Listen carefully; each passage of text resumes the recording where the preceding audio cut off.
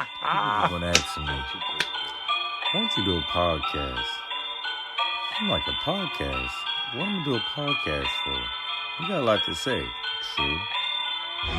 Go ahead. True.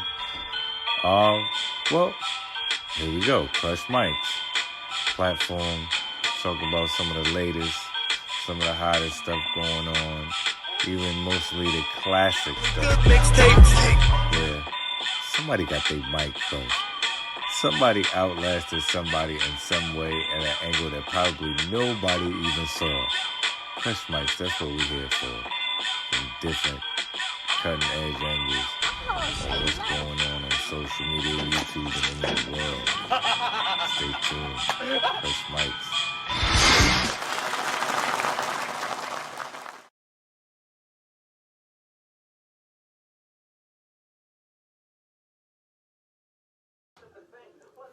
Good evening, ladies and gentlemen, boys and girls. Back for another episode of Crush Mics. I'm your host, Korey Buckets. We got a jam-packed episode. Pause. Shout out to our sponsors for the matching rocks. They know buckets, cake, bought that cake. Match my lay with my rocks. I like that. This is fresh from the spot, so we don't need no sanitizer, baby. But we did clean this ball. We staying COVID free out here. But I digress. Yeah, so we got a jam-packed show. Pause. Tonight's show, we're going to be talking about James Harden versus TMac. We got Nicki Minaj versus Megan Thee Stallion. We talking about Want Efx versus Migos. Closer than you think. We talking about Total versus Xscape, a classic R&B battle. We talking about happy birthday salute to the greatest hip-hop MC of all time, the Notorious B.I.G., Christopher Latour Wallace. Giving him his roses, the Crush Mic king of all times. Giving him his roses and his flowers. And in my background, shout out to Philadelphia, man. Too Raw for the Streets battle classic ENess versus Hollowman. Definitely want to show Philadelphia they props for how great they are in the spitting world, especially the battle rap game. But let's get into it. TMac versus James Harden. Closer than you think, but the edge is where you may not think. If you grew up in the 90s, that means you were probably an 80s baby, you grew up in the 90s, you may think off top of the head, oh man, T-Mac, I just gotta give it to T-Mac. He was an incredible scorer. Like, he defended people. Like, him and Kobe was a good battle. It's gotta be T-Mac. Gotta be the edge to T-Mac. Oh, hold up now. Not necessarily. In his average for his career season, T-Mac's only averaging a little over 19 a game. James Harden career average season, 25 a game, baby. In the season high points per game, James Harden, 36 a game. T-Mac, 32 a game. Realistically, to keep it a buck with y'all, for real, that was pushing for T-Mac in this conversation. The only statistical category that he beats James Harden in that's worth even talking about is blocks per game. T-Mac at like 1.9. Harden is like less than a block per game, but Harden gets more steals per him per career.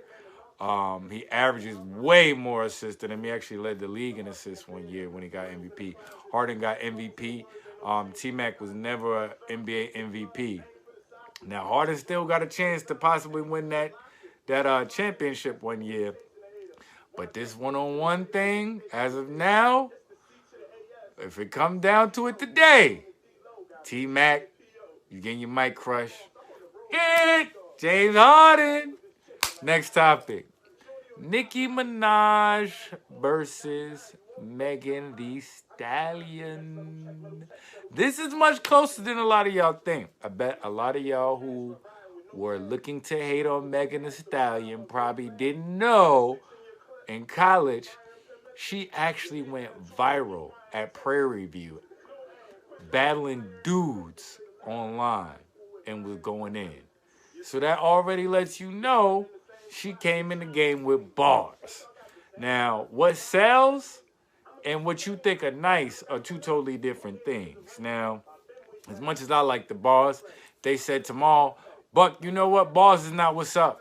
You know what I'm saying? You going to have to do something else to sell. This is what we think it is. As long as it ain't going against my beliefs and my morals, I might be leaning towards that. So let's be real, in America, sex sells. So this is a great matchup. You got the Anaconda lady versus the Stallion. Both of them can spit. Nikki's origin. Come on, man. She's been on tracks with hip-hop lyrical titans. You talk about Eminem. You talk about Rick Ross. You talk about Lil Wayne. You talk about Drake. Anybody you could possibly think of, for the most part, she's been on tracks with and held her own. Did more than held her own. So the balls is up there. And that's really what we talking about on Crush Mics. You know what I'm saying? The platinum plaques and all that stuff is cool. It's good, you know what I'm saying, for your resume, and it's good for the pockets, of course, baby. It's good for that concert money. But on Crush Mics, you know, we like to talk about things that don't have to do with that, because you as the artist, you don't always dictate or be able to control your sales, but you control them bars, though. On the Crush Mics platform, freestyle versus freestyle, battler versus battler. It's tough. We gotta go with Nikki. Oh, sorry, South Jamaica. Next topic: Want Efx versus the Migos. Closer than you think. I'm gonna tell you why. When Want Efx came out, they changed the game in hip hop with their delivery. They was doing a different delivery, and it really, really caught fire in hip hop, and a lot of people were trying to do it. In the 90s, if you went to clubs and stuff, they played party music and stuff like that. But you could really go to a club in the 90s and they was playing hip hop and stuff like Want Efx, and people was like really like dancing and head bopping and all that stuff. You know what I'm saying? So to say that Migos makes party music and Want Efx doesn't, or didn't, I should say, it's kind of like, shout out to Fee, kind of like a little toss up. So I digress, as I love to do. It's kind of like a little toss-up. We talk about Bad and Boujee. We talk about Walk It Like I Talk It. And we talk about They Want Efx, Microphone Checker. They actually got bars too, the Migos. Like Quavo and Offset and the other boy. They got bars. They got bars. But realistically, I can't front. I think Offset got the best balls out of the whole crew, though, for real. Like, no disrespect to Quavo. But really, when it comes down to it, and we gonna get it on them bars, like, what was really game changing? Like, I feel like a lot of rappers now come out with the Migos kit to try to get it together, especially in the South. But Want Efx was just a different beast on them bars. Crush Mike's platform. Want Efx gets that win. The 90s. Next topic. Total versus Xscape. Closer than you think. Imagine this. Can't You See, their first single, Total. Just Kicking It, Xscape first single. Both incredibly talented groups. This is where I will keep it all the way a buck. Candy and them totally sing Total under the table. Like, let's be real about this. Like, I love Total, I love y'all, but let's keep it a buck. Candy and them sing them under the table. So what does it come down to on Crush Mics? The music, of course. Who is you playing and throwing it in the tape deck back in the days? CD back in the days. Today, you plugging in that aux cord, or you just got that wire. You know what I'm saying? You got that connection straight to your USB when you come. I mean, straight to your phone when you come in there. It's connected to your radio and you get in there. Whatever you doing right now to bump these classics, who are you bumping and who are you bumping more of? Tell you, my guy. You know what I'm saying? I don't want to get killed on expeditiously. But told her this song's a big, man. You know how we feel about that on the Crush Mike's platform. This song was big. Sitting home, the tripping joint. You got me tripping. The kissing you, the remix. Oh my God. Kiss you. And when Pam be doing her.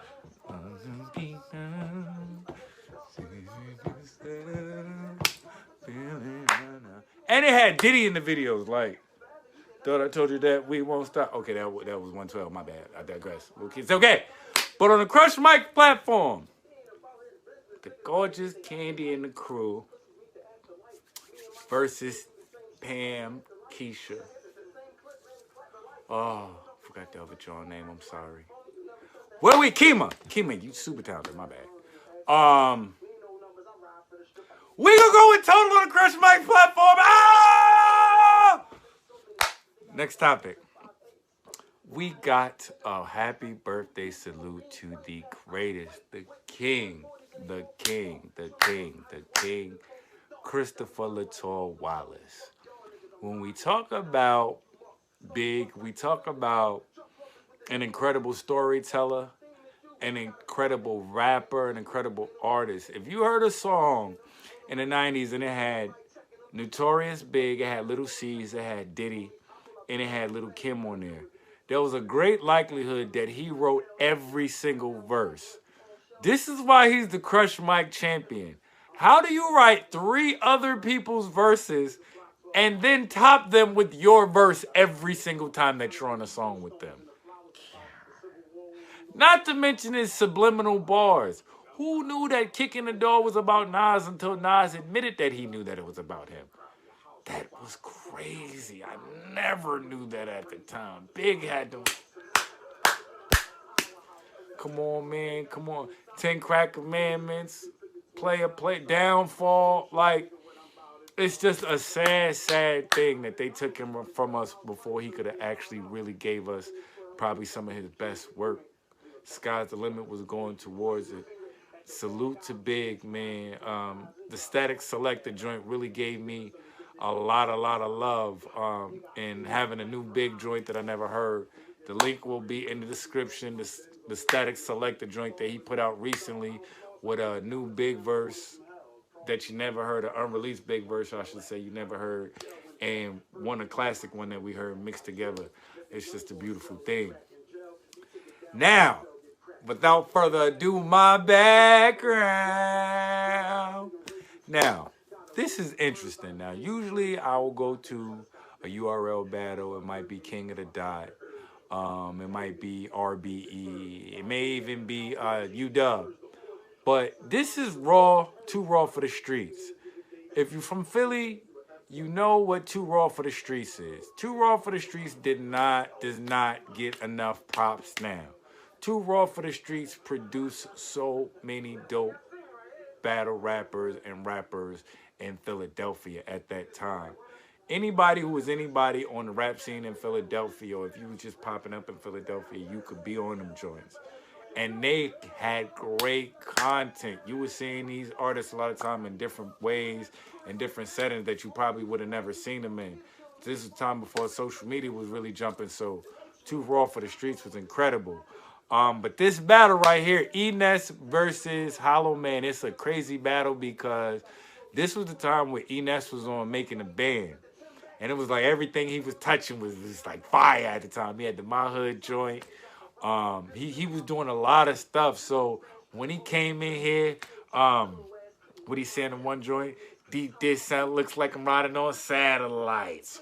Or when he said, they say, what he say, Newport, I smoke Newports, New York, Harlem Nights. They say rappers from Philly sound all alike, but get it right, that's a stereotype. Everybody was going crazy in the garage in Philly when they said that. Shout out to Miss J, she was there. Shout out to Cousin E. Yeesh. You gotta watch this battle to know he was doing it. I needed my hat. He was doing it the whole battle, man. Hollowman. The PC bar when he did it on his arm, I can't remember that well enough to tell y'all, but this is more reason for y'all to click that link in the description to hear it. Yo, for you to have battled ENess when he was on fire like this and was a crowd favorite as Hollowman, it shows you how dope he was. And I say Hollowman, not Hollow the Don, Hollowman from Philly. Y'all have to see this because these brothers can really, really spit. Is ball for ball a different format than what we got now? This was more like pick a verse, but these guys was incredible. Crush Mike's platform, gotta give it to somebody. ENess, you my guy. Still do your thing. But we gonna give it to Hollowman. That PC, this stands for perceived precaution. Putting the cut. That right there crushed everything that you had. And when he came with the one, and I came with 3Ks, like I hate. How do you end a battle like that? Like, how do you end a battle like that? Oh, that was crazy. That was crazy. But as always, we thank y'all for tuning in to the 5th episode of Crush Mics, man. Stay tuned, stay locked in. We advise y'all to keep that love, keep everything going. We salute to all our essential workers, your healthcare workers, and everybody out there. We know everything is opening up now. In a lot of places, we just ask y'all to be safe, and we thank all of our essential workers who've been holding it down for months now. That's God's work that you're doing. We definitely appreciate that you putting somebody else before you. That's God's work, man. Once again, shout out to our sponsors for the ride. Link will be in the description. But yeah, man. Got the project coming out soon, New York Cape. That's dropping. Got a lot of dope artists on that. Shout out to Fever Leo. Shout out to Dot Vieira. Shout out to Black Woodson. Shout out to my producer, B-Drop. Shout out to everybody that's on it I didn't mention. Oh, shout out to my guy, P.A. Dre. Shout out to O.T. Kilo. Shout out to my manager, Picasso, a.k.a. Pac-Man. Team Hip Hop Renaissance and everybody on edge. Shout out to Fat Fly Freddie Lee. My guy with the Freddie got some hits, man. Y'all better stop fronting on him, man. But until the next time, y'all, definitely check out a classic single. For the money, I said it. So I'm gonna put that money right in the description. Get your money right. Get your money right. But shout out to y'all, man. I always love y'all for tuning in, man, and thank y'all for the support. Numbers is going up. Tell them hit that subscribe. Kate. Love.